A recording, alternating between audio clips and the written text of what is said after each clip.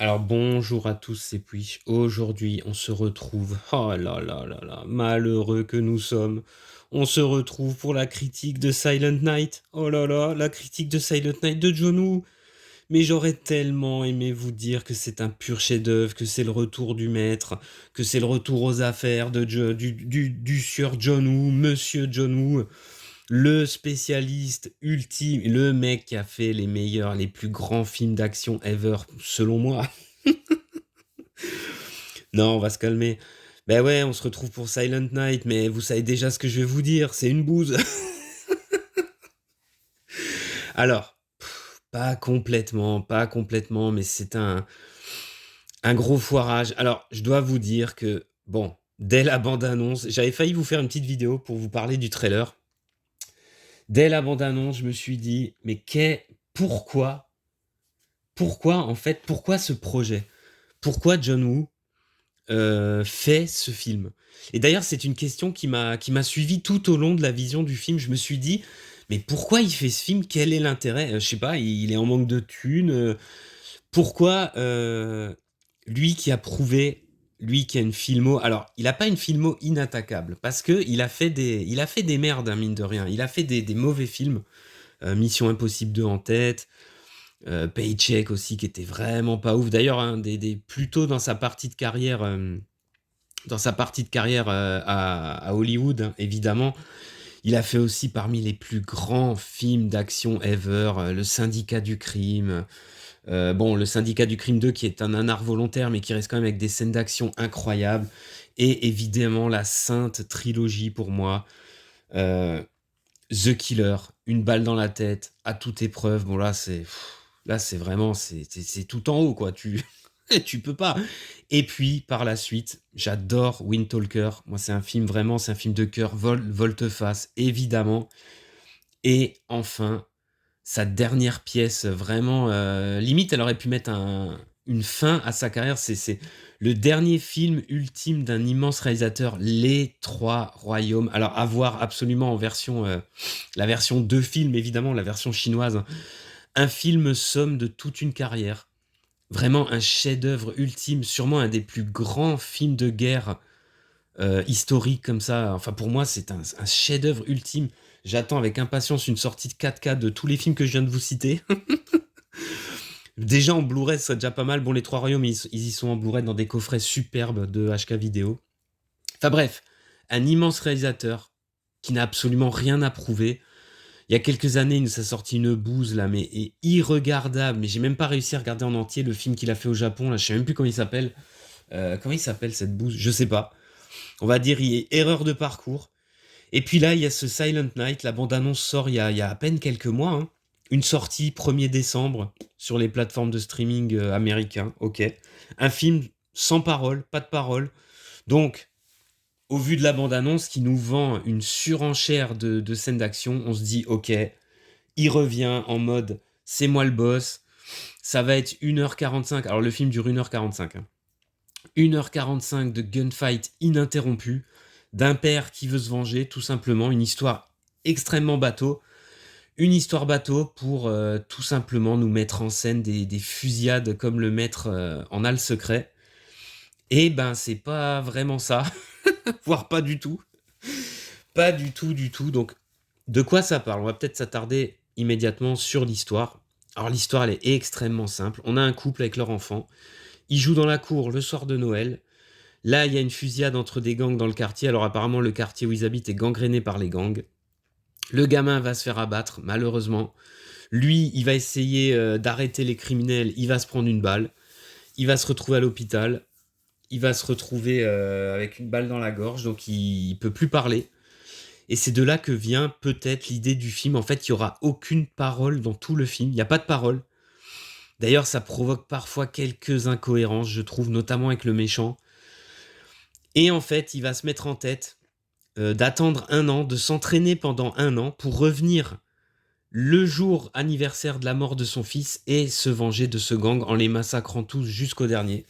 Donc, un scénario totalement bateau de film d'action.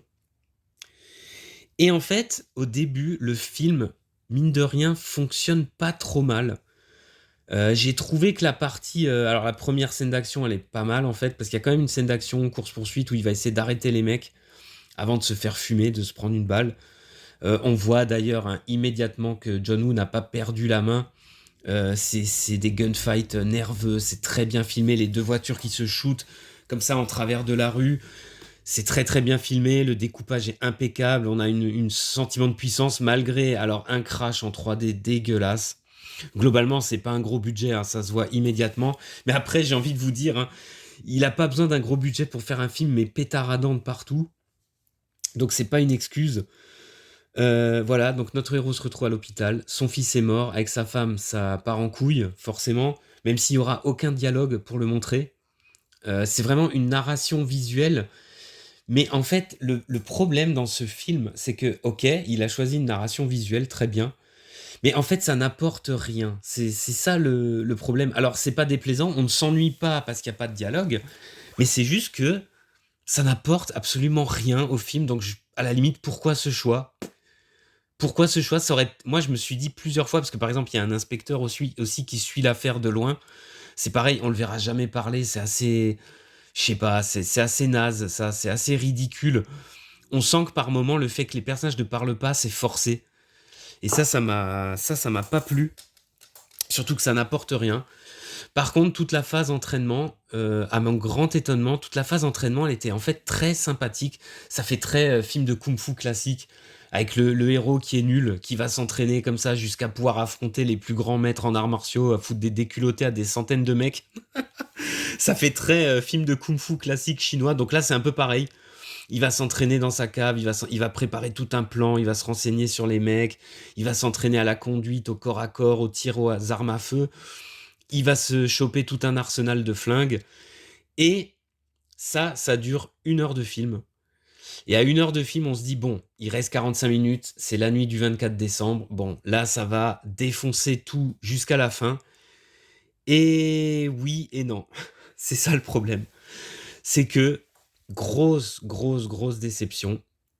Jusqu'à la fin, effectivement, on va enchaîner les scènes d'action, mais elles vont être, comment vous expliquer? Elles vont être sans cesse entrecoupées. En fait, le problème de ce film, les scènes d'action démarrent et elles s'arrêtent quasiment instantanément juste après. Pour démarrer de nouveau un peu plus loin et s'arrêter. Pour démarrer et s'arrêter. C'est une succession, en fait, de petites scènes d'action. Si on retire la montée dans l'escalier du héros avec son fusil à pompe, ses flingues, où là, il va fumer pas mal de types. Et ça va être en continu, on va dire, pendant quelques minutes. Mais sinon, l'action est complètement hachée, elle s'arrête sans cesse. Notre héros aura maille à partir avec les méchants, certes, mais ça va tout le temps s'arrêter, il va se prendre des coups, En fait, ça va être vraiment coupé de partout, ça va être vraiment chiant. L'inspecteur va venir l'aider, ok, très bien, mais là, ça va être pareil. Jusqu'à certains rebondissements, notamment avec un personnage féminin qui est l'espèce de souffre-douleur du méchant. Il y aura une scène assez ridicule à la fin avec le pistolet automatique là. Oh, j'ai trouvé que les plans étaient carrément, on est à la limite du nanar. Et puis le film termine avec un combat final que j'ai trouvé totalement naze. Enfin globalement, on a un goût amer dans la bouche. On voit les minutes qui défilent, on voit qu'on n'est pas du tout satisfait du film. Et comme je vous ai dit en début de critique, mais pourquoi? Moi, la question que je me pose, j'aimerais qu'on, si vous avez la réponse, hein, surtout dans les commentaires, n'hésitez pas. Pourquoi John Woo a fait ce film? Alors, c'est toujours mieux que son film précédent, ok, mais en même temps, on pouvait pas tomber plus bas, j'ai envie de dire, parce que j'ai oublié le nom, hein, mais le film qu'il a fait avant, je vous dis, j'ai même pas réussi à le regarder en entier. C'était irregardable. Dès la première scène, on avait l'impression de voir un mec qui voulait parodier John Woo. Mais là, ce film, il sert à rien. Globalement, oui, la mise en scène, elle est stylée. Oui, on reconnaît la patte John Woo dans les fusillades, dans les mecs qui se font fumer. Même si, globalement, je trouve que le film est pas ultra violent non plus, hein. C'est pas non plus un truc de dingue, hein. Ok, les coups de fusil à pompe sont sympathiques, ils font mal. Il y a 2-3 explosions qui sont sympas. Vite fait, dans le garage, les mecs qui prennent feu. Le flic, pareil, avec des doubles flingues, là, qui fument des mecs qui sortent de l'escalier. Mais vraiment, on n'a rien à se mettre sous la dent. Il y aura Il y aura une autre espèce de petite course-poursuite en voiture, un fusillade. Bah, une immense déception. Après, honnêtement, je m'y attendais quand même. Parce que le projet, moi, je trouve, avait l'air bancal depuis le début. Et puis surtout, c'est quid de la suite? Est-ce qu'il va continuer comme ça à faire Franchement, c'est un DTV de luxe, hein. C'est même pas... Moi, je suis désolé, mais c'est même pas un film de cinéma. Il sort en streaming, voilà, bah, ça m'étonne pas, quoi. Franchement, limite, ce film n'a aucun intérêt. À part si, comme moi, vous êtes vraiment un fan de John Woo, vous voulez voir absolument son dernier film. Au niveau de l'acting, j'en ai pas parlé. Ben, Kinnaman, ben, c'est un acteur que j'aime bien. Il est très charismatique. Là, il porte totalement le film sur ses épaules. Vraiment, c'est l'acteur principal. Les autres acteurs, je vais même pas les citer parce que ils sont complètement secondaires, ils servent à rien. Il est vraiment lui au centre de l'intrigue, hein. C'est vraiment lui qui va tout faire. Il est filmé en permanence. Bah, en fait, lui, il fait le taf. Lui, il est bon dans le film. Il est caricatural, mais il est bon. Moi, c'est un acteur que j'aime bien. Je l'aimais bien dans Justice League. Je sais plus où je l'ai vu. C'est un acteur qui est sympathique. Il a une bonne tête. Il a plutôt, d'ailleurs, entre guillemets, une tête de méchant. Mais il est charismatique. Justement, il est avec sa tête pleine de haine. Putain, c'est le mec. Ça se trouve, il est tout gentil, hein, je le connais pas, hein. Mais c'est vrai qu'il était parfait pour un film de vengeance. Putain, le casting, il était bon. Mais voilà, c'est complètement raté. Je me demande qu'est-ce qu'il va faire par la suite, John Woo, s'il va s'arrêter. Mais putain, quand on voit juste avant ça les trois royaumes, ça fait quand même mal, hein, faut dire ce qui est. J'attends avec impatience, entre guillemets, son propre remake de The Killer, avec un tournage à rallonge là, avec Omar Sy. Enfin, on entend plein de rumeurs sur ce film. Tournage à Paris, Omar Sy, personnage féminin comme pour remplacer Chow Yun-fat. Pouah, je sais pas ce que ça va donner ce truc.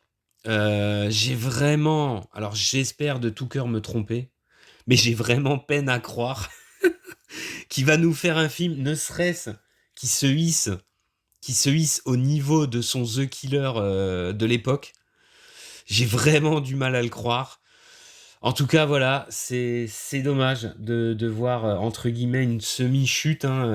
Alors, je vais pas présumer que The Killer va être une énorme bouse, mais de voir la chute comme ça d'un cinéaste immense, un petit peu comme Ridley Scott, hein, ces dernières années, hein, un petit peu comme d'autres, c'est vraiment dommage. C'est moche de voir ça. Puis surtout, moi, la question que je me pose, c'est pourquoi il fait ça? Si c'est pour le blé, bon voilà, c'est pour le blé, mais sinon je le vois pas. Ouais, je sais pas pourquoi il se fourvoie à tourner des merdes pareilles. Je comprends pas trop. Je suis extrêmement déçu. De toute façon, on reviendra en long et en large sur la carrière de John Woo, bien évidemment, hein. C'est un réalisateur cultissime, hein. On va s'arrêter là, et puis je vous dis à plus pour de prochaines critiques.